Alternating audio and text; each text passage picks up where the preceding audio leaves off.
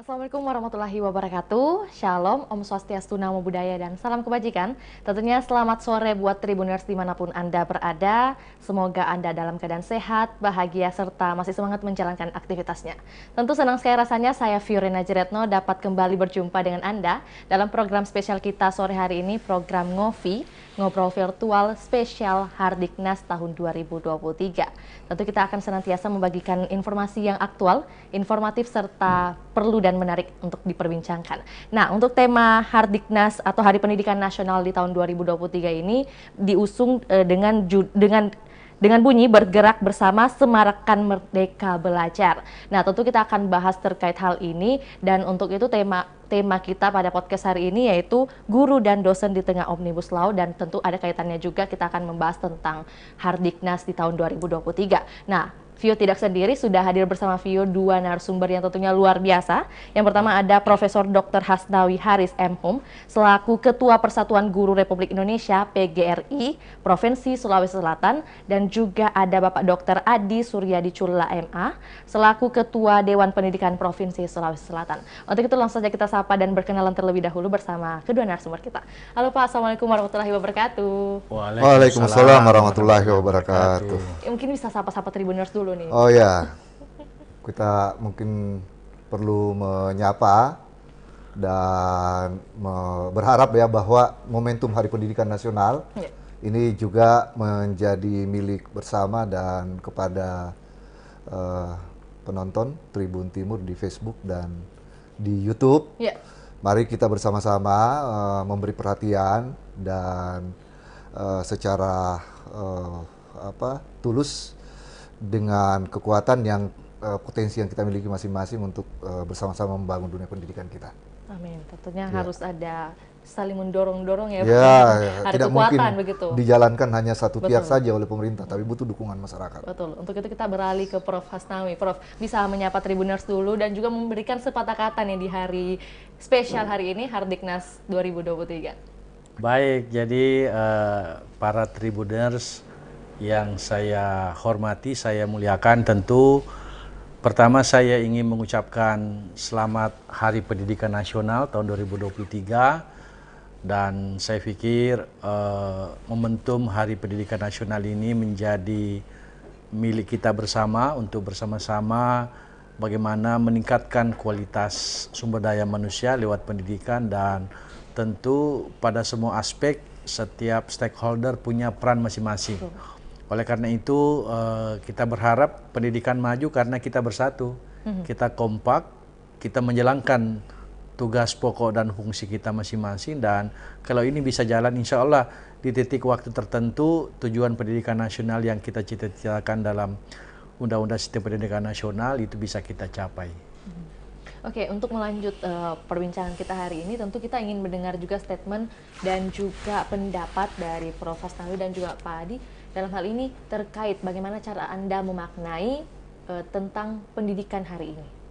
Silakan Prof. Ya, Hari Pendidikan Nasional itu kan sesungguhnya atau sejatinya kan setiap tahun kita peringati, dan setiap tahun itu temanya berbeda. Kita pandang bahwa akumulasi dari semua aspek-aspek dalam dunia pendidikan itu kemudian harus kita maknai sebagai bagian dari keinginan kita secara kolektif untuk bersama-sama memposisikan pendidikan sebagai instrumen utama untuk memajukan negara kita. Artinya, tanpa kita memotret pendidikan secara komprehensif, jangan kita berharap Indonesia bisa maju karena kuncinya ada di sana. Saya kira itu yang menurut saya penting untuk kita setiap tahun memperingati Hari Pendidikan Nasional, dan kita sadar semua, apalagi misalnya tadi kita ada upacara Hari Pendidikan Nasional dan pidato seragam Pak Menteri sudah menyampaikan bagaimana beliau atau kita para pendidik di perguruan tinggi termasuk tentu di satuan pendidikan mengambil posisi untuk kemudian mensupport bagaimana iklim atau ekosistem kampus Merdeka Belajar kalau di perguruan tinggi atau kampus Merdeka atau Merdeka Belajar yang ada di sekolah atau suatu pendidikan, itu kemudian sama-sama kita support. Ini sudah 3 tahun berlanjut dan menurut saya hasilnya juga sudah bisa kita lihat. Oke. Terima kasih Prof atas jawabannya. Kita beralih ke Pak Adi. Pak Adi, mungkin kalau dari atau juga mewakili Dewan Pendidikan Provinsi Sulawesi Selatan, tentu kita ingin juga mendengar nih bagaimana Anda memaknai Hari Pendidikan khususnya dengan tema yang tadi menyemarakkan Merdeka Belajar. Ya, prinsipnya menurut saya Hari Pendidikan Nasional itu adalah proses evaluasi ya. Jadi tidak hanya secara ritual kita berupacara ataupun mengucapkan ya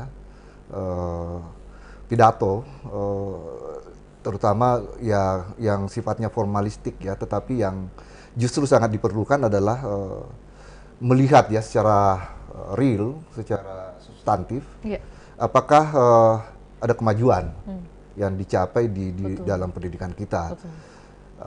Atau justru kemunduran. Nah, kalau ada kemajuan, apa yang maju, apa yang perlu dilanjutkan, dan kalau ada yang kurang, nah apa yang harus dibenahi. Nah, itu harusnya momentum itu. Jadi justru menjadi penyemangat ya, dan juga otokritik bahkan ya. Oke, betul.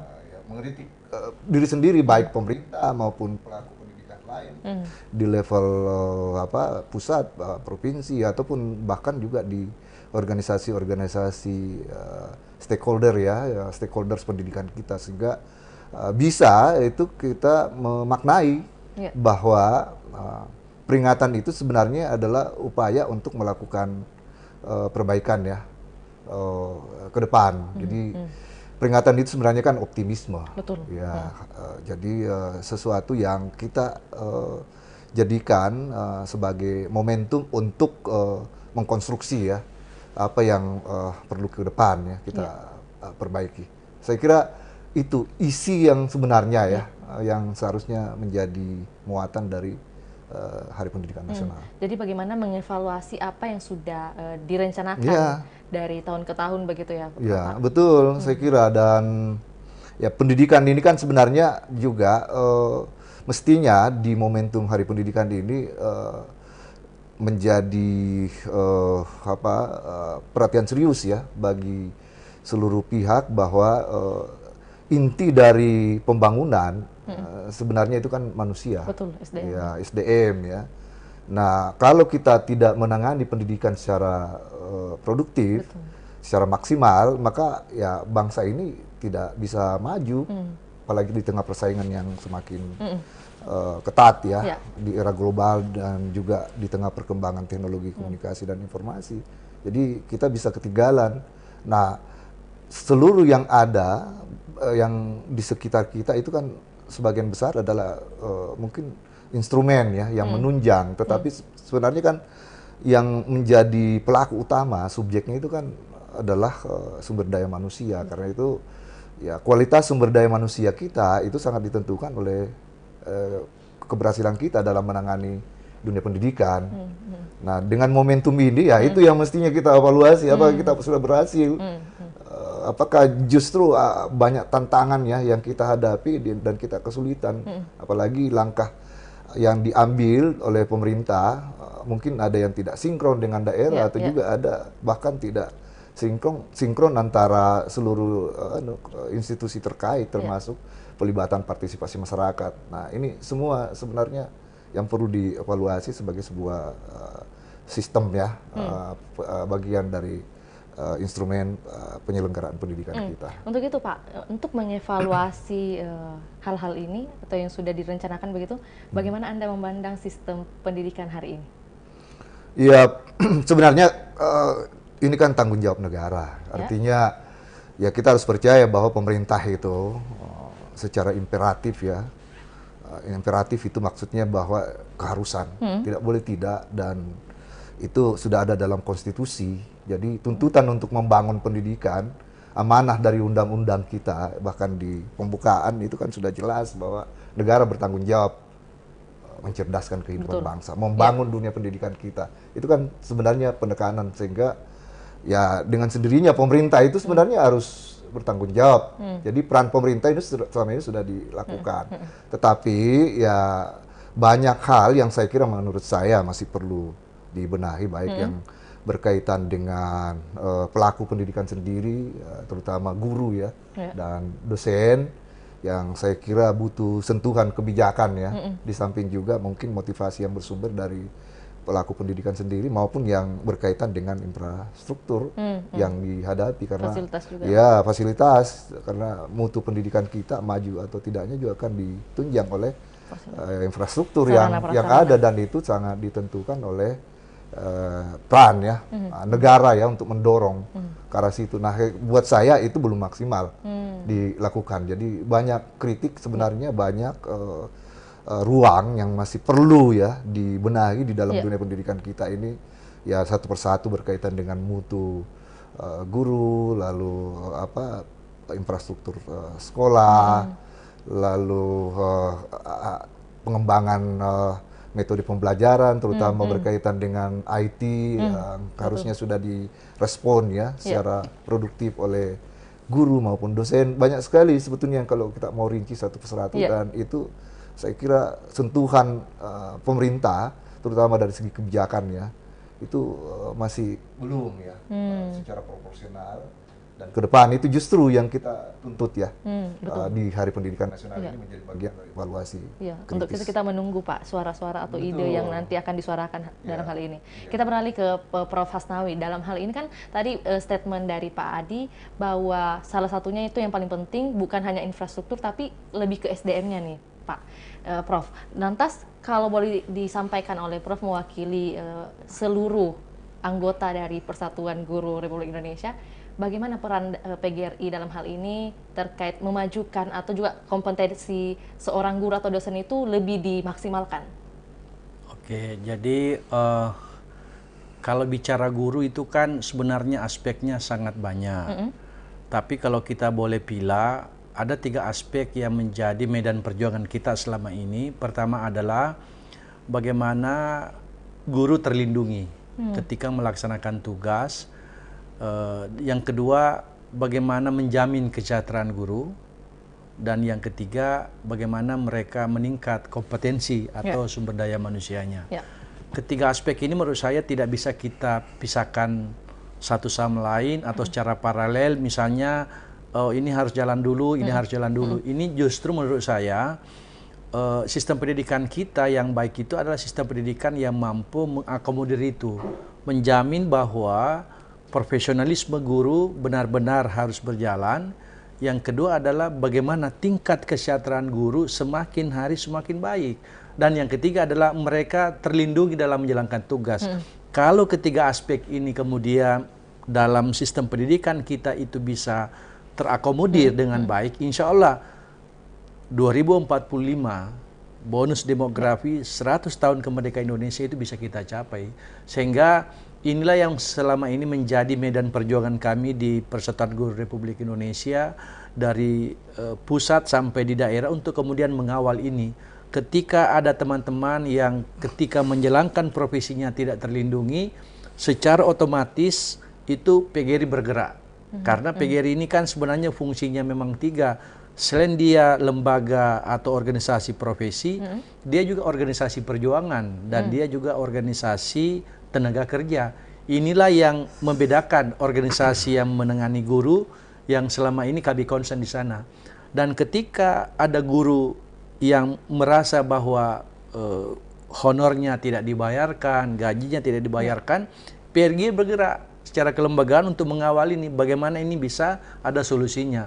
Sama seperti ketika misalnya teman-teman guru ketika ingin meningkatkan kompetensi, jadi pengiriman guru-guru untuk mengikuti pelatihan, peningkatan SDM itu benar-benar itu bisa kita saya masih ingat satu pernyataan atau satu fakta ketika saya ke Finlandia November 2021, melihat seperti apa best practices pendidikan di sana. Jadi satu kata kunci untuk jadi guru di sana itu adalah ya secara administratif kan memang jadi guru harus master ya. Tapi mereka harus mencintai itu, mencintai guru. Jadi kalau ada 4 kompetensi guru itu kompetensi profesional, kompetensi kepribadian, kompetensi sosial dan kompetensi pedagogik. Yang utama dinilai di situ adalah kompetensi kepribadian. Cocok tidak jadi guru. Kalau dia cocok tidak Kalau dia cocok jadi guru, maka kompetensi sosial, kompetensi pedagogi, kompetensi profesional apalagi mereka bisa ikut. Betul. Saya melihat kalau misalnya teman-teman ingin dianggap sebagai guru yang baik, kita harus selesai dulu di kompetensi kepribadian. Kalau ini clear, insya Allah semua kompetensi bisa kita capai. Untuk itu, Pak Adi mungkin punya opini sendiri menyambung dari pernyataan dari Prof. Asnawi untuk menjadi seorang intelektual atau cendekiawan begitu. Mungkin ada opini yang bisa disampaikan oleh Pak Adi dalam hal ini menyambung dengan 4 aspek yang sudah disampaikan oleh Prof. Iya, saya setuju itu. Saya kira memang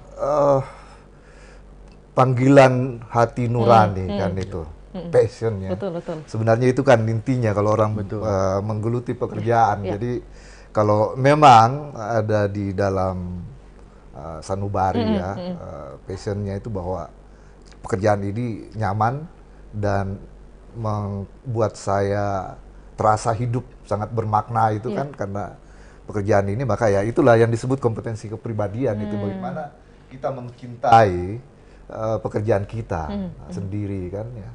Nah itu saya kira sangat tepat dan ya kompetensi pedagogi, sosial ya, profesional itu memang secara teknis ya perlu bagi guru dan kalau kita lihat pada dasarnya muaranya ya seluruh kompetensi itu kan pada fungsi guru sebenarnya yang paling utama ya sebagai pendidik dan sekaligus ya pengajar. Ada 2 hal yang berbeda. Saya kira beliau sebagai orang yang berlatar belakang pendidikan ya ketua PGRI dan saya kira sangat mempelajari ya secara jauh bahwa ya memang 2 fungsi utama itu yang dimiliki oleh guru ya. Tapi yang kelihatannya tidak berkembang dengan baik itu kompetensinya sebagai pendidik. Jadi hanya kompetensi yang paling banyak berperan digunakan itu pengajar saja. Jadi mentransfer knowledge mentransfer pengetahuan. Jadi aspek kognitif ya dalam pendidikan kita itu yang justru lebih banyak dilakukan dalam perannya guru sebagai tenaga ya,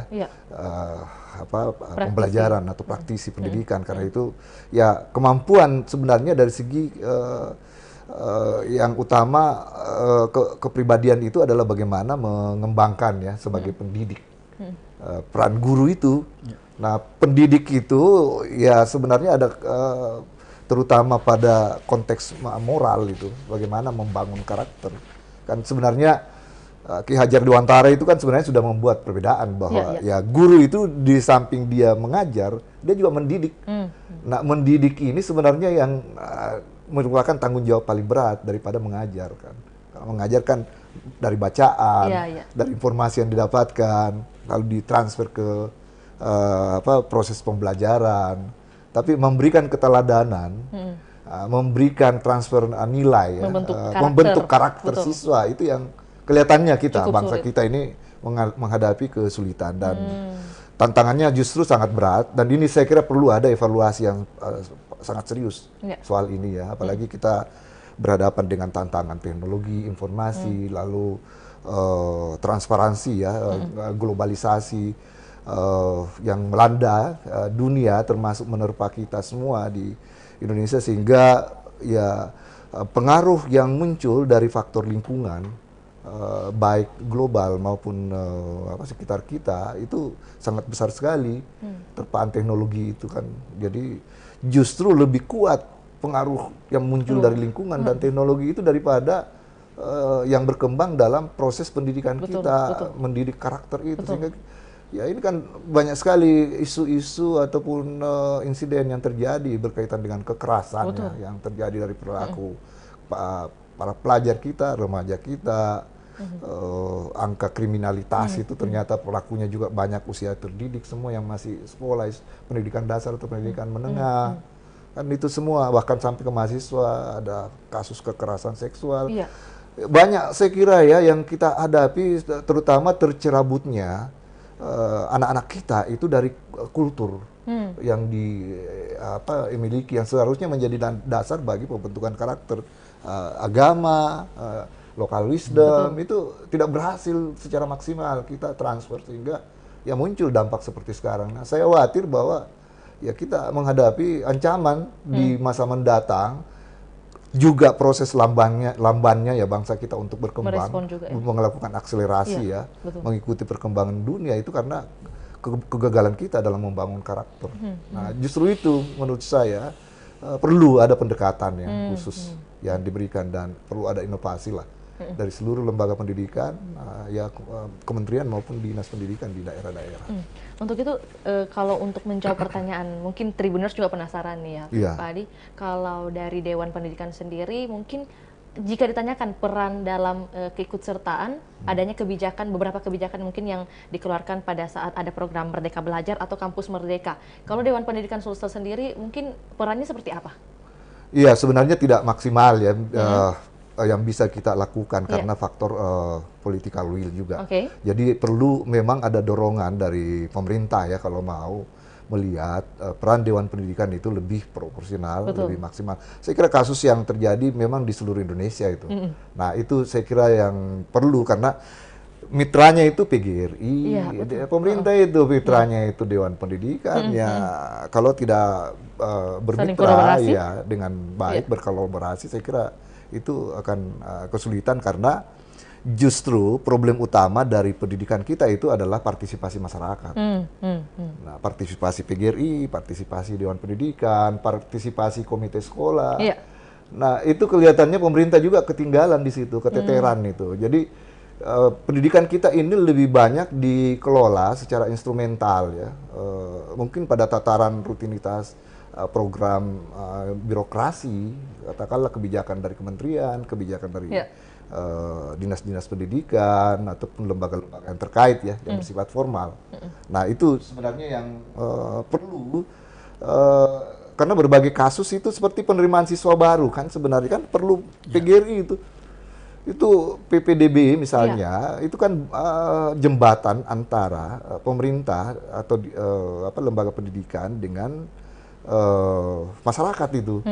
Nah, itu sebenarnya, dan di situ peran. Tapi kita sudah mainkan peran seperti itu sebenarnya.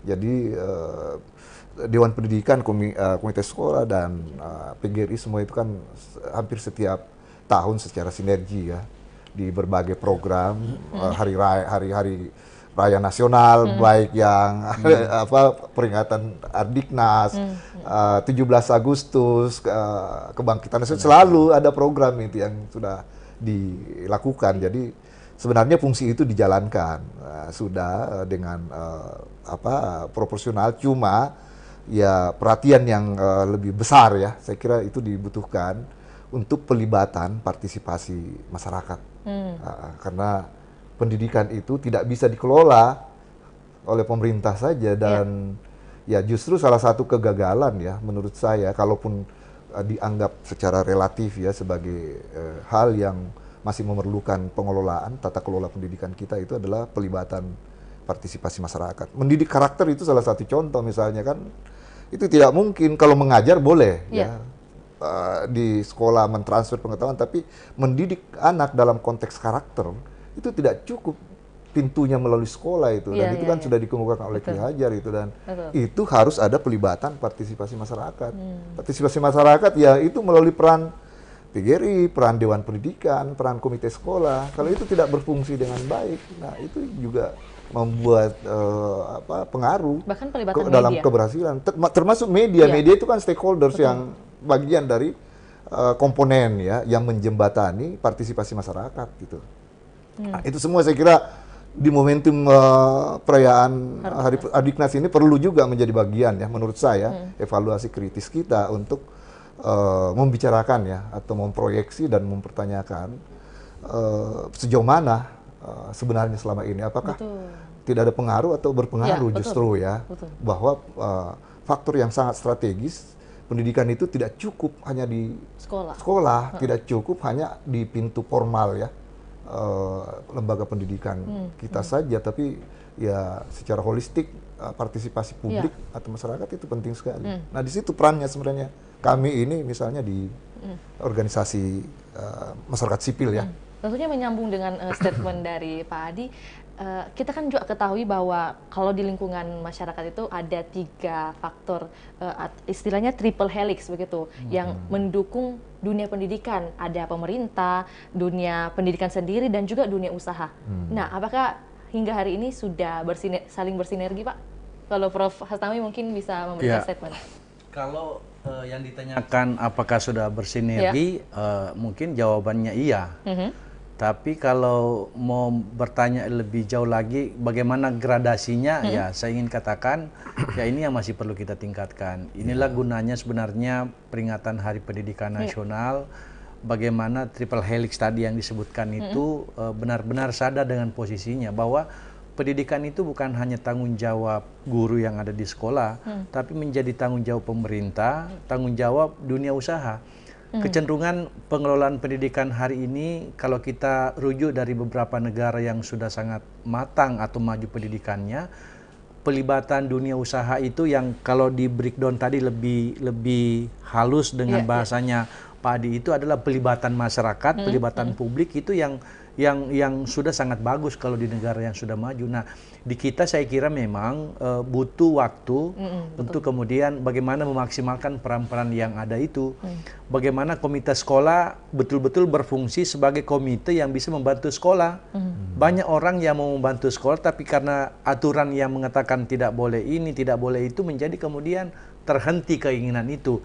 Ini perlu sebenarnya direspon dengan regulasi yang benar-benar bisa memberi ruang kepada masyarakat untuk berpartisipasi. Nah, di usaha apalagi, saya kira kalau CSR dari perusahaan-perusahaan yang ada misalnya yang besar itu, ada bobotnya untuk pengembangan dunia pendidikan, menurut saya itu tinggal dibagi terminnya, momentumnya kapan, oh ini satuan pendidikan ini dapat, ini dapat, sehingga pada titik waktu tertentu semua bisa maksimal. Nah, pemerintah juga harus sadar, menurut saya harus juga memahami bahwa meskipun mereka regulator, bahkan pada titik tertentu mereka juga pelaksana, tetapi unsur yang namanya evaluasi itu penting. Bagaimana kita mengevaluasi program yang sudah jalan. Karena kalau tidak dievaluasi, kita tidak bisa mengukur apakah berhasil atau tidak. Betul. Ini yang salah satu kelemahan kita di negara ini. Banyak kebijakan-kebijakan belum maksimal jalannya, berganti kebijakannya. Ya katakanlah kalau dalam konteks biasanya kita di guru, teman-teman dosen, berganti menteri, berganti kurikulum. Lalu kemudian objeknya adalah siswa, mereka kadang menghadapi 3 kurikulum, 2 kurikulum yang menurut saya memang harus kita duduk bersama untuk memastikan bahwa harus kita punya prinsip yang sama dalam melakukan tata kelola pendidikan. Harus ada satu kurikulum yang berlaku, yang kira-kira itu bisa kita buat instrumen keberhasilannya. Nah, bayangkan kalau misalnya kita selama ini, teman-teman, saya kira guru di sekolah merasakan hari ini ada 3 pendidikan loh yang berlaku. Ada kurikulum 2013, ada kurikulum emergensi karena COVID kemarin, ada juga kurikulum merdeka. Nah, bisa kita bayangkan kalau anak-anak kita yang kelas 3 yang mendapatkan kurikulum yang beraneka ragam ini masuk ke perguruan tinggi dengan kurikulum yang tidak bisa nyambung, itu persoalan. Mereka masuk perguruan tinggi, ya katakanlah sekarang ada kurikulum merdeka, itu sebenarnya dicanangkan tahun 2020. Artinya kalau mau dilihat apakah ini berhasil atau tidak, itu bisa dilihat di tahun 2024 pada saat pelaksanaan tes mahasiswa baru. Tapi tahun ini 2023 sudah jalan itu. Nah, tentu ada pertimbangan pemerintah untuk mengakselerasi itu atau mempercepat itu. Mengapa kurikulum merdeka yang hari ini belum tuntas, kemudian di tingkat perguruan tinggi itu kemudian kita lakukan perubahan-perubahan. Ya, tes yang ada sekarang yang namanya juga berubah dari sistem SNBP, seleksi nasional berbasis atau berdasarkan prestasi, dulu jalur undangan atau SNPTN, sekarang berganti menjadi SNBT, seleksi nasional berbasis atau berdasar tes, kemudian ya. dulu UTBK atau SBMPTN, mandiri ya sama saja, yang kemudian merubah banyak hal menurut saya. Anak-anak kita ini bisa kaget. Betul. Kita bisa lihat nanti seperti apa hasil SNBT yang akan datang, apakah anak-anak kita yang mengalami transisi kurikulum ini bisa maksimal dalam penerimaan mahasiswa barunya. Mungkin mau ditambahkan oleh Pak Ya, Adi? Tadi saya sedikit banyak ini ya. melihat bahwa ada persoalan politik ya, Oke. yang sangat mengganggu sebetulnya selama ini dunia pendidikan kita. Jadi ini ke depan mestinya sebenarnya kita ini hampir setiap saat sebenarnya sering di Diskusi. organisasi sosial, PGRI, di Dewan Pendidikan dan pelaku pendidikan lain mendiskusikan sinkronisasi ya, yang mungkin bisa dilakukan pemerintah ya.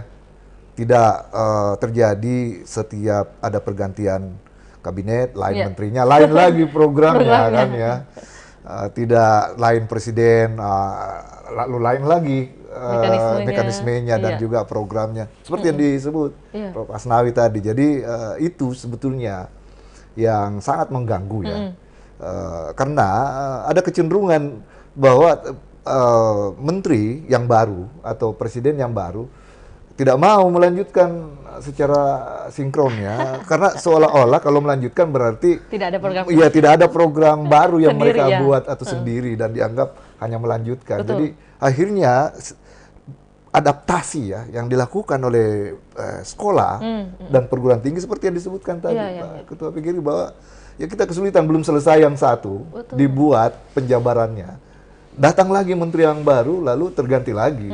Nah ini saya kira juga otokritik ya. Betul. Kita ini kan semua pelaku pendidikan, Betul. bahkan kita ini kan sebenarnya bagian dari sistem pendidikan formal kita ya, sebagai dosen itu menjadi otokritik buat kita. Kita harus mengkritik bahwa ada sebagai kebijakan ya yang dibuat oleh pemerintah itu seharusnya secara sinkron. Misalnya saja kurikulum 2013 itu kan sebenarnya ada langkah berikutnya ya menurut saya, tanpa melihat aspek politik ya di dalamnya atau kurikulum sebelumnya, atau ini harusnya bisa dilanjutkan itu, jangan lagi berubah selesai belum terjabarkan dengan baik di bawah itu. Iya, betul. Iya, belum dipahami oleh Belum guru-guru, 100%. belum 100% itu dijabarkan ya, itu sudah berganti lagi sistem. Jadi ini penyakit saya kira ya yang ada di negara kita dan dampaknya ke daerah itu. Betul. Iya, Betul. daerah itu yang merasakan. Mungkin pemerintah pusat hanya mendorong kebijakan, mereka tidak merasakan secara langsung. Tapi kita semua di daerah, guru-guru yang ada di bawah itu, sekolah-sekolah, kasihan semua itu. Kelabakan kan juga ya? Kelabakan itu mereka untuk menjabarkan itu secara praktis ya. Nah karena itu sebenarnya perlu ada sebenarnya kesinambungan. Kesinambungan yang dimaksud itu bukan substansi. Kalau substansi memang selalu argumennya kita mengatakan yang lalu pasti ada hubungannya dengan yang sekarang, karena masing-masing kan berusaha untuk mengedukasi, memperbaiki kan sebenarnya, membangun sumber daya. Tapi secara instrumental, secara teknis, secara operasional atau program yang real itu kan itu sebenarnya yang membuat kelabakan ketika dia dijabarkan ya di tingkat operasional semua. Dari program-program pergantian kurikulum itu. Nah itu menurut saya ya suara-suara dari daerah itu mestinya mendapatkan perhatian ya, dari pemerintah pusat. Jadi kadang-kadang juga pemerintah pusat itu membuat kebijakan lempar handuk juga kan. Lempar handuk dalam pengertian kebijakan dibuat, diberikan ke daerah, silakan jabarkan di daerah, cari sendiri biayanya misalnya kan. Nah itu kan padahal mestinya ada subsidi misalnya. Betul. Jadi banyak kebijakan yang sebenarnya juga harusnya itu melibatkan lah partisipasi dari daerah, sehingga pengelolaan pendidikan ini bisa secara simultan ya dilakukan dengan ukuran yang jelas, saya kira setiap tahunnya, setiap jadi periode ini pemerintahan. ada beberapa autokritik yang bisa bermanfaat sebenarnya bagi baik itu pemerintah Ya. daerah maupun pusat juga, bahkan mungkin ke negara sendiri ya Pak. Ya, momentum otokritik Iya. lah. Saya kira ini Iya. perlu ya. Ini menurut saya. Nah, mungkin kalau kita bahas sedikit terkait tema kita hari ini, walaupun mungkin ada pro kontra juga Pak ya. Tadi kita Iya. bahas sedikit terkait tema kita ini bahwa guru dan dosen di tengah Omnibus Law. Tapi pada saat mungkin disuarakan terkait Omnibus Law gitu, apakah terjadi pertentangan di antara guru dan dosen Pak? Mungkin bisa oleh Pak Adi. Saya dulu, ya oke. Saya kira Omnibus Law itu kan sudah dikritik ya. Nah, memang ada satu kritik yang serius ya, menurut saya serius karena ya sebenarnya kalau kita kembali ke founding fathers ya, seperti Ki Hajar, amanah konstitusi kita kan itu tanggung jawab negara itu pendidikannya, dan itu bagian dari hak asasi manusia. Karena itu ya bahkan program wajib belajar 9 tahun, 12 tahun itu kan sebenarnya itu tuntutan imperatif itu. Jadi memang harus dilakukan karena itu hak asasi manusia. Bahkan ya negara bertanggung jawab itu karena itu subsidi pendidikan yang disubsidi kan tidak boleh ada beban kan, itu hak, itu bagian dari hak asasi. Tapi nah ini persoalan yang dihadapi karena upaya untuk membangun manusia itu sudah ada juga kepentingan bisnis ya, kepentingan profit ya. Betul. Nah itu kan sebenarnya kritik terhadap Omnibus Law itu karena orientasi profit ya dalam pengelolaan pendidikan itu dibuka kemungkinannya di situ, sehingga dikhawatirkan bahwa terjadi kompetisi antar lembaga pendidikan, lalu ya akan berdampak juga memberatkan ya karena mutu itu tidak dilihat sebagai secara inklusif ya, tetapi ya yang disebut mutu itu hanya bagi mereka yang punya uang kan ya. Jadi orang harus memiliki anggaran, tidak hanya anggaran negara, tapi yang dimaksud itu malah kan profit itu ya dari swasta kan, ada semacam swastanisasi. Jadi ya biaya pendidikan kita itu menjadi sangat berat ya ditanggung oleh siswa. Betul. Iya, betul. termasuk mahasiswa nantinya kan itu yang dikritik itu dari Omnibus Law. Karena itu kita berharap bahwa itu kembali ke hitoh ya, kita kembali ke substansi bahwa pendidikan itu sebenarnya tanggung jawab negara. Karena itu pemihakan negara ya itu perlu di situ, karena itu ya anggaran subsidi yang diberikan oleh negara ya menjadi sesuatu yang mutlak itu dilakukan. Nah, jangan menyerahkan pendidikan itu ke kompetisi pasar kan. Iya, betul. Iya, orang bersaing kayak bisnis. Kan itu yang dikritik gitu. Apalagi muncul nanti juga di Omnibus Law itu kan kemungkinan adanya perguruan tinggi asing kan. Iya, betul. Bahkan itu Tidak perlu diberikan deregulasi yang sangat longgar sekali Iya, kan iya. ya. Bisa dibangun termasuk sumber daya dosen, tenaga pengajar dari luar, dan kalau masuk ya Tidak perlu sertifikasi. ya tidak perlu sertifikasi lagi, dan dengan modal yang dimiliki dari perguruan tinggi luar itu ya kita akan kalah di situ bersaing ya, terutama ya bangsa kita yang dengan fasilitas yang mungkin kalah ya dengan itu pelaku pendidikan dari luar yang masuk. Jadi proses komersialisasi pendidikan itulah yang sebenarnya kita harapkan jangan sampai kemudian menimbulkan dampak ya yang merugikan dari tata kelola pendidikan kita. Karena itu kita berharap bahwa regulasi itu benar-benar memihak ya secara inklusif bagi masyarakat mana saja sebagai hak warga negara untuk menikmati pendidikan. Ini kan kalau dari statement Pak Adi, Pak Prof, kita lebih mendengar sisi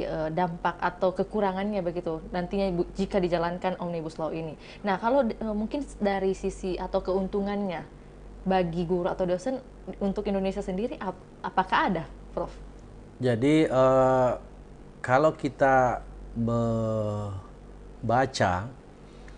tentang seperti apa sebenarnya karakteristik dari Omnibus Law ini, kemudian juga mengatur dunia pendidikan, ya memang yang kita paling takutkan itu kan bagaimana kemudian komersialisasi pendidikan ini menjadi sebuah keniscayaan. Ini takutnya nanti pengelolaan pendidikan itu betul-betul ya business oriented. Nah ini itu yang kita takutkan sebenarnya. Tetapi karena yang ditanyakan adalah sisi apakah itu dari sisi positifnya atau dari sisi apakah ada keuntungannya. Kita melihat ini kan sebenarnya rumah besar Indonesia ini kan senantiasa bergaul dengan rumah besar negara lain.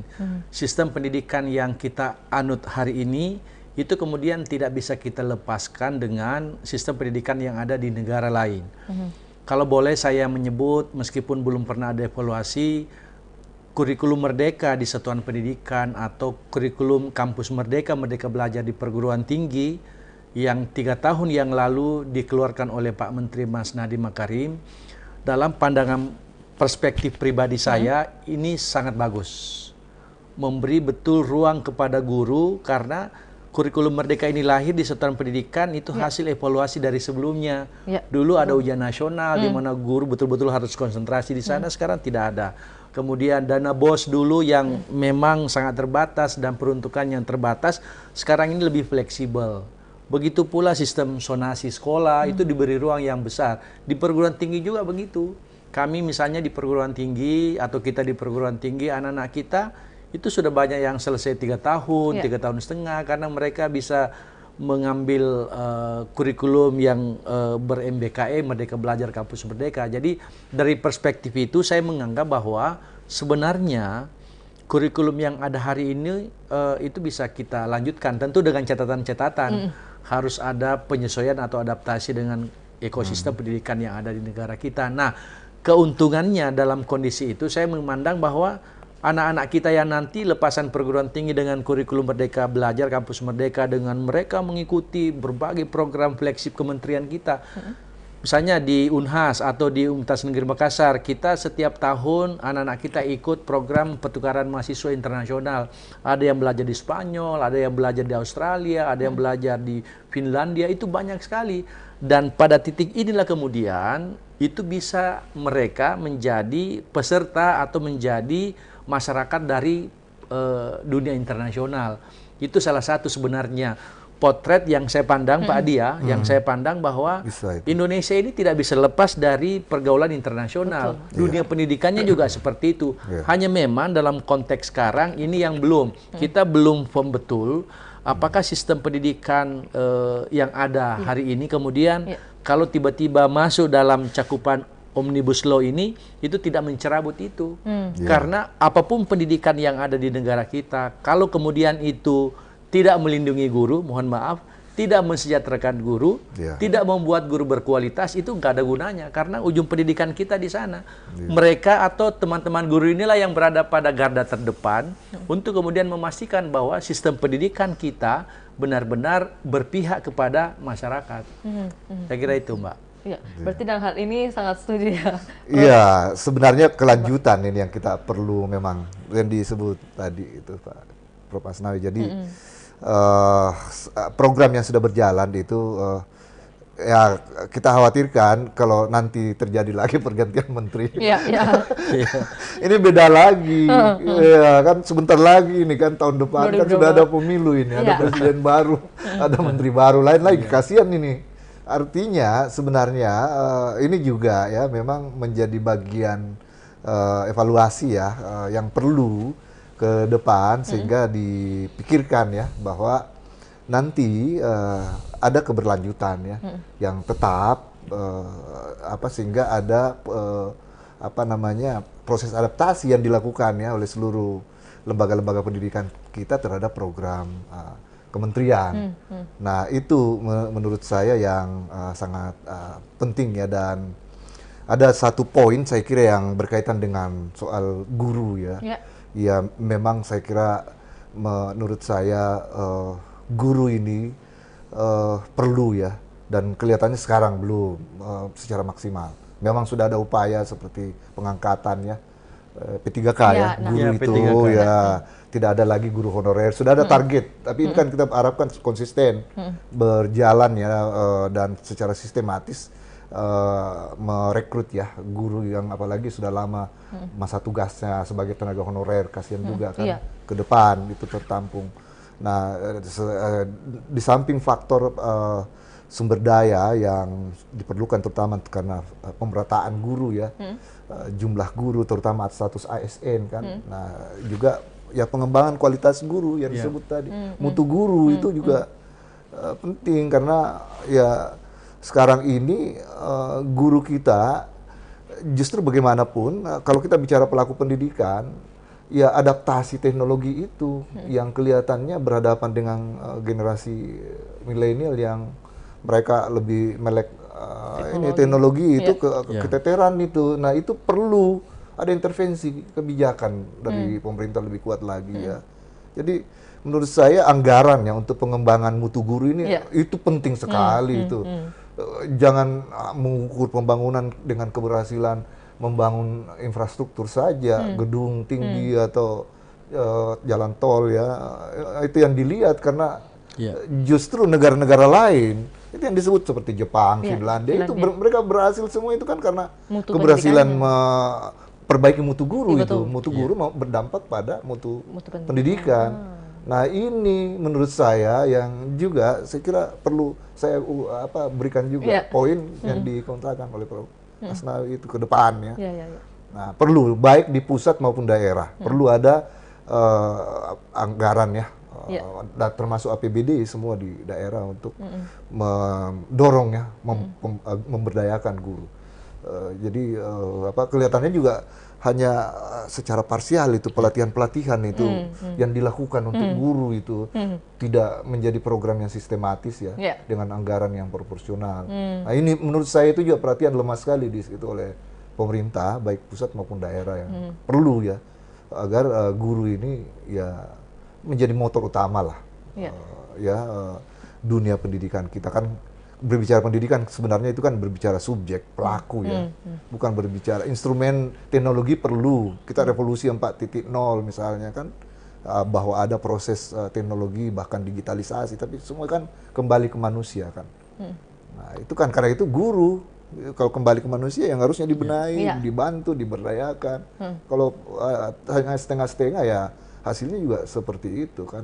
Nah, dalam hal ini, Prof, kan tadi yang statement Pak Adi ini bahwa sedikit menyinggung posisi guru atau juga yang sistemnya hari ini bukan lagi dalam bentuk masuk CPNS kalau nggak salah ya. P3K. P3K. Dan kali ini sudah P3K.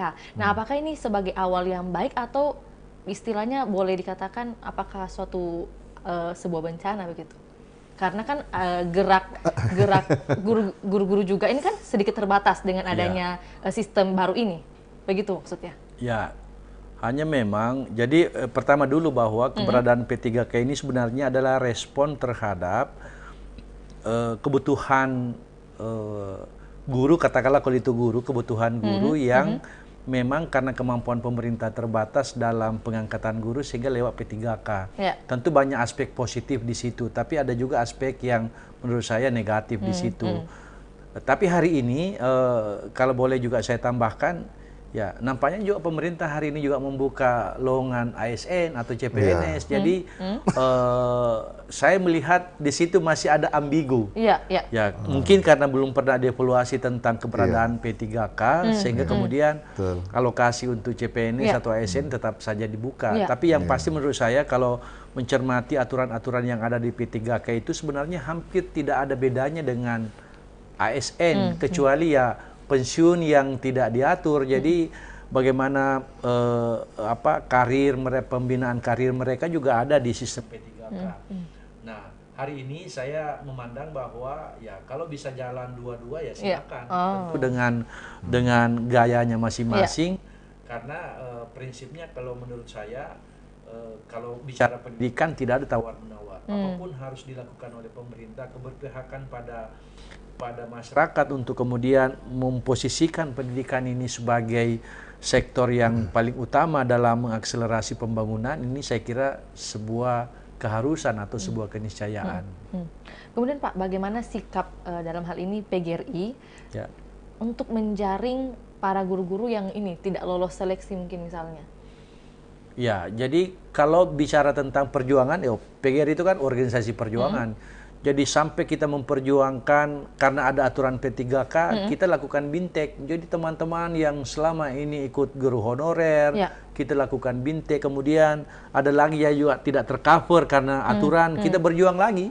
Kita berjuang terus. Jadi prinsipnya kalau kami, teman-teman kita yang hari ini ada di semua daerah di seluruh Indonesia untuk memajukan pendidikan, mencerdaskan anak bangsa, kemudian kalau tidak mendapatkan perhatian, PGRI berada pada garda terdepan. Sebagai organisasi perjuangan, kita harus mampu memberikan masukan kepada pemerintah dengan segala tentu kewenangan dan kekuasaan tanda petik yang kita miliki untuk mendorong agar pemerintah memperhatikan itu. Jadi kalau saya ya mudah-mudahanlah pemerintah berbaik hati kemudian mendorong agar pembinaan ASN ini kemudian benar-benar termasuk kepada teman-teman guru. Ini kita belum bicara tentang nasib guru yang jangankan honornya ada, banyak yang guru tidak ada honornya dengan standar-standar yang rendah. Ini tadi kita bicara masih di tataran yang baik-baik, tapi kalau itu banyak sekali teman-teman kita. Inilah yang hari ini terus terang PGRI selalu berjuang. Kami ada grup di seluruh Indonesia, itu bahkan hampir 1.000 anggotanya. Peristiwa di satu tempat itu menjadi pemicu di tempat lain, dan kita senantiasa, kami selaku ketua PGRI misalnya Sulsel itu belajar banyak dari kabupaten lain, provinsi lain, kemudian di bawah koordinasi pengurus besar untuk senantiasa memperjuangkan itu semua.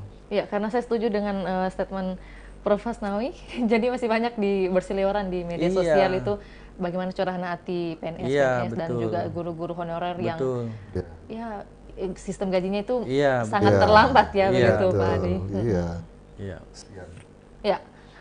Untuk itu, kalau pertanyaan terakhir buat Prof. Hasnawi ya, kalau kita menyambung dengan statement Prof yang mengatakan bahwa P3K itu sebenarnya sah-sah saja dan juga mungkin CPNS juga sah-sah saja, tapi bagaimana sistem mereka untuk mendaftarkan itu harus ya lebih bijaksana lah begitu. Nah kan Prof. Hasnawi selaku Ketua PGRI Sulsel dan juga Wakil Rektor 1 UNM, tentunya tupoksinya untuk melahirkan guru-guru nih ya. Apakah dengan adanya sistem P3K ini animo calon mahasiswa itu semakin meningkat di tahun ini? Ya kalau ya mungkin sih belum ada indikator utama menghubungkan antara peminat calon mahasiswa yang masuk ke UNM misalnya dengan pengangkatan ASN atau P3K. Tapi saya ingin mengatakan bahwa dengan kurikulum merdeka yang ada hari ini, itu sebenarnya memberi ruang banyak kepada calon mahasiswa untuk masuk di perguruan tinggi negeri yang mereka inginkan. Bahwa luarannya nanti itu ada yang jadi pegawai P3K atau pegawai negeri sipil atau ASN, itu menurut saya waktu akan menjawab. Kurikulum merdeka itu sebenarnya tidak harus orang jadi PNS, bahkan sebenarnya embrio dari lahirnya kurikulum merdeka, kampus merdeka di perguruan tinggi itu untuk mereka tidak harus jadi PNS, tapi mereka bisa mandiri, bisa mereka survive dengan passion yang mereka yang lain selain jadi PNS. Bahkan banyak program yang kami ikuti baik secara fleksibel dari kementerian maupun yang mandiri, itu sebenarnya memberikan bekal-bekal atau modal besar bagi para calon alumni atau para mahasiswa itu untuk bisa survive, tidak harus jadi PNS nanti ketika selesai. Oke, pertanyaan terakhir juga bagi Pak Adi, dalam hal ini mewakili Dewan Pendidikan nih Pak Adi. Tentunya kita ingin mengetahui apakah ada agenda penting yang akan dilakukan oleh Dewan Pendidikan Provinsi Sulawesi Selatan dalam hal ini sebagai transformasi pendidikan yang lebih baik. Ya, sebenarnya komitmen Dewan Pendidikan itu kan memberi masukan ya, juga mungkin menjadi lembaga yang memberikan kontrol. Nah, sebenarnya kita tidak secara expose ya terbuka, tapi kita di beberapa rapat itu sudah bahkan secara tertulis ya memberikan rekomendasi. Ada sejumlah hal memang yang saya kira sangat penting, yang terutama berkaitan perbaikan pembenahan ya guru ya, pemerataan maupun pengembangan kualitas guru, Eh, juga yang berkaitan dengan antisipasi terhadap jumlah siswa ya, baik pendidikan dasar maupun menengah yang setiap tahun, apalagi di kota ya, dengan tingkat urbanisasi yang sangat tinggi sekali, sehingga ya ledakan partisipasi tuntutan pendidikan kita itu sangat besar sekali. Betul. Karena itu ya perlu ada kebijakan yang lebih ekstra ya, terutama di kota, untuk mengakomodasi dan memastikan bahwa semua anak itu sekolah, tidak ada yang putus kan. Jadi ya setiap tahun ajaran baru, penerimaan siswa baru itu harusnya dipastikan. Karena itu sistem PPDB itu sebenarnya juga perlu semacam inovasi ya. Misalnya karena tidak semua sekolah itu kan bisa menampung seluruh siswa. Betul. Jumlah pendaftar tiap tahun besar sekali, bahkan data yang saya peroleh itu separuh itu hampir tidak tertampung itu di PPDB. Apalagi jalur zonasi. Iya, mungkin ya. jalur zonasi. Itu di situ pada intinya kan. Jadi sekolah negeri itu hanya tidak bisa menampung ledakan. Karena itu dia harus masuk ke sekolah swasta. Nah, persepsi masyarakat tentang sekolah swasta harus diubah juga, ya, bahwa masuk ke sekolah swasta itu juga bagian dari proses pencerdasan ya. Swasta juga sudah banyak yang bagus kan sebenarnya. Nah, cuma memang secara terintegrasi, secara sinergi antara swasta dengan pemerintah, pengelolaan sekolah ini juga kan mestinya dibenahi, sehingga dalam proses penerimaan siswa baru itu ada kepastian bahwa mereka yang tidak lolos PPDB itu tertampung di swasta.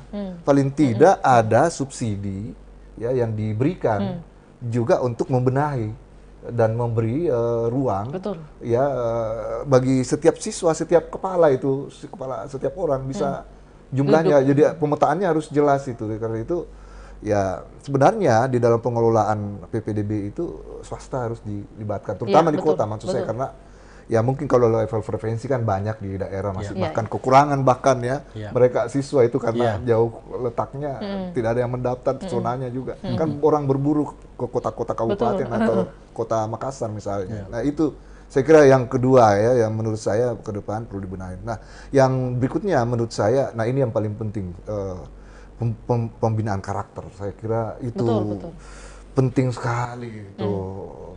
Ini saya lihat perkembangan lebih maju, lebih cepat daripada kemampuan kita untuk mengantisipasi. Seperti lomba lari kita kalah itu dengan kemajuan yang dihadapi, sehingga kita keteteran di dalam beradaptasi ya, untuk menjalankan fungsi sebagai tenaga pengajar kan. Mungkin ada guru bentuk atau konkret dosen nih, Pak. itu perlu ada sebenarnya juga kebijakan yang lebih serius ya dari pemerintah ya, terutama misalnya memberikan subsidi atau anggaran untuk bantuan teknologi. Sebenarnya smart school ya yang diprogramkan oleh provinsi sudah sangat bagus itu. Jadi di samping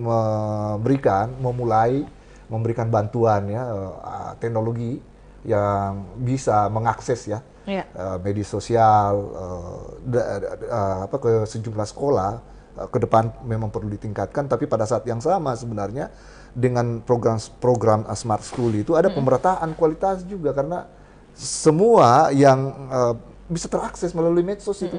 Guru mengajar itu kan yang mengajar ada rekamannya atau bisa secara online. Semua sekolah bisa mengakses itu.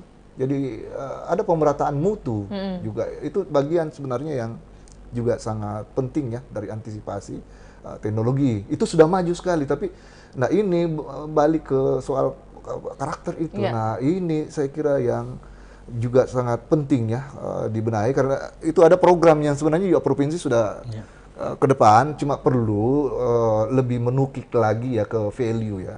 Jadi bukan sekedar formalistik dengan pakaian adat atau local wisdom itu kan ditunjolkan harus pada hari tertentu pakai pakaian guru lebih khusus ya, karena yang dihimbau bukan guru, karena siswa kan kemampuannya berbeda ya, sebaiknya secara pelan-pelan ya dan hati-hati lah. Tapi bahwa ada keinginan, ada semacam terobosan yang ingin dibuat agar nilai-nilai lokal itu bisa teradopsi ya ke dalam pembentukan karakter kita. Nah itu penting. Nah, jadi program itu sebaiknya ya dari simbolistis ke substansi ya benar-benar ditujukan Terapkan. masuk ke dalam kurikulum, lalu guru juga secara intens ya dalam berbagai proses pembelajaran materi yang diberikan itu masuk gitu nilai-nilai lokal. Saya kira sudah dimulai tapi secara intens.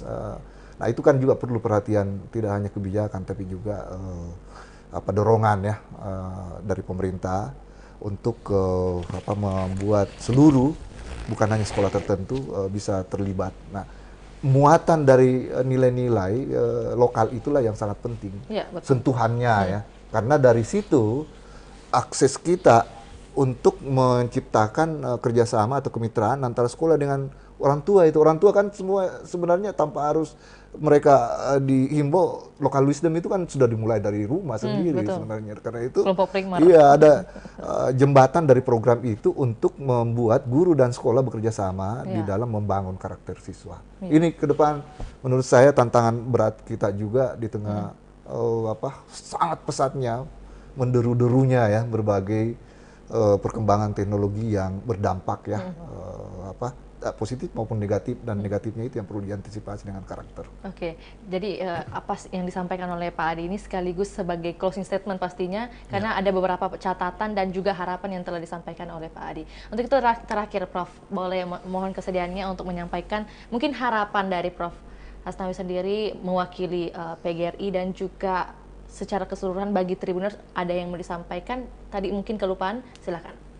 Ya, jadi harapan kita tentu, saya selaku Ketua Provinsi PGRI Sulawesi Selatan berharap perhatian pemerintah baik dari sisi regulasi, kebijakan, bahkan diskresi terhadap guru itu harus ditingkatkan. Karena jujur sistem pendidikan yang ada di negara kita ini belum cukup mampu mengakomodir semuanya. Oleh karena itu ya kita doronglah pemerintah baik di pusat maupun daerah untuk memberikan perhatian khusus, memberikan kebijakan khusus untuk kemudian memposisikan guru sebagai kelompok atau masyarakat yang harus kita beri ruang yang sebesar-besarnya dalam rangka peningkatan kualitas pendidikan. Terakhir harapan saya tentu kepada teman-teman para guru di seluruh Sulawesi Selatan bahwa guru mari tetap bekerja, mendidik, mengajar, dan jangan lupa bahagia. Paling penting itu jangan penting bahagia. Jangan lupa bahagia. Iya, mungkin mau ditambahkan. Iya, saya terakhir karena ada tadi ya tentang program Dewan Pendidikan. Ya sebenarnya kita sudah bermitra juga dengan PGRI, tapi ada satu lagi sebenarnya bagi kami juga sudah disinggung tadi oleh Prof Hasnawi, itu soal partisipasi masyarakat ya. Dan komite itu sebenarnya sudah lama sebenarnya juga kita dorong di Dewan Pendidikan agar direvitalisasi. Jadi fungsi komite inilah justru yang menjadi jembatan antara sekolah dengan masyarakat. Betul. Nah banyak hal yang berkaitan dengan tata kelola pendidikan kita itu butuh partisipasi masyarakat, dan wadah yang menggerakkan itu adalah komite. Dan kalau komitenya tidak aktif, maka ya nyaris sekolah itu hanya mengundang orang tua siswa hanya untuk menerima rapor saja setiap semester, tidak mendapatkan kontribusi peran dari orang tua. Nah di komite itu, karena fungsi komite itu justru sebenarnya sebagai organisasi mediasi. Nah ini ke depan kalau di Dewan Pendidikan sebenarnya kita berharap bahwa itu bisa kita berdayakan, bisa pemerintah khususnya dinas pendidikan lah lebih memberi sentuhan lah untuk memberi peran agar komite ini bisa direvitalisasi. Komite itu tidak hanya cari anggaran, itu kan salah persepsi orang itu. Seolah-olah komite itu memberi sumbangan dan mencari enggak, komite itu fungsi sosialnya sangat luas sekali, membantu kalau ada misalnya konflik antara sekolah dengan orang tua kan seringkali terjadi juga itu komite bisa berperan di situ. Jadi banyak fungsi lain sebenarnya yang dimiliki oleh komite sekolah yang bisa diperankan ya untuk menjembatani sinkronisasi kemitraan antara guru orang tua dengan siswa. Itu saya kira program harus. Ya, jadi permasalahan yang Ya. ada mungkin tidak perlu Dia ranah hukum. sebenarnya begitu ya. ada salah satu inti dari pembicaraan kita ini untuk revitalisasi komite itu. Artinya ke depan pendidikan kita, pelibatan partisipasi masyarakat yang belum terkelola ya selama ini dengan baik itu Betul. sebaiknya dibenahi ke depan. Ya, jadi mungkin memang banyak seluruh elemen perlu harus dipersatukan, dilibatkan. betul, Iya. dilibatkan. Jadi memang Harus terintegrasi. Iya. poin pentingnya adalah bagaimana keterlibatan seluruh masyarakat, Iya. bukan hanya dari komite tapi juga Seluruh. masyarakat organisasi pun Iya, juga masyarakat sipil. Iya, untuk membentuk karakter pelajar atau mahasiswa juga itu sangat penting hari ini ya. Iya. Oke, terima kasih Pak Adi dan juga Prof. Hasanawi. Siap. Sehat dan sukses selalu dan semoga apa yang kita perbincangkan ini bisa bermanfaat dan juga bernilai ibadah begitu menjadi keberkahan. Ya, saya juga sampaikan kepada Tribuners yang masih setia hingga saat ini. Terima kasih dan jangan lupa untuk menyaksikan program dari Tribun Timur lainnya. Untuk itu saya Feniti Retno mewakili kedua narasumber pamit undur diri. Assalamualaikum warahmatullahi wabarakatuh. Waalaikumsalam warahmatullahi wabarakatuh.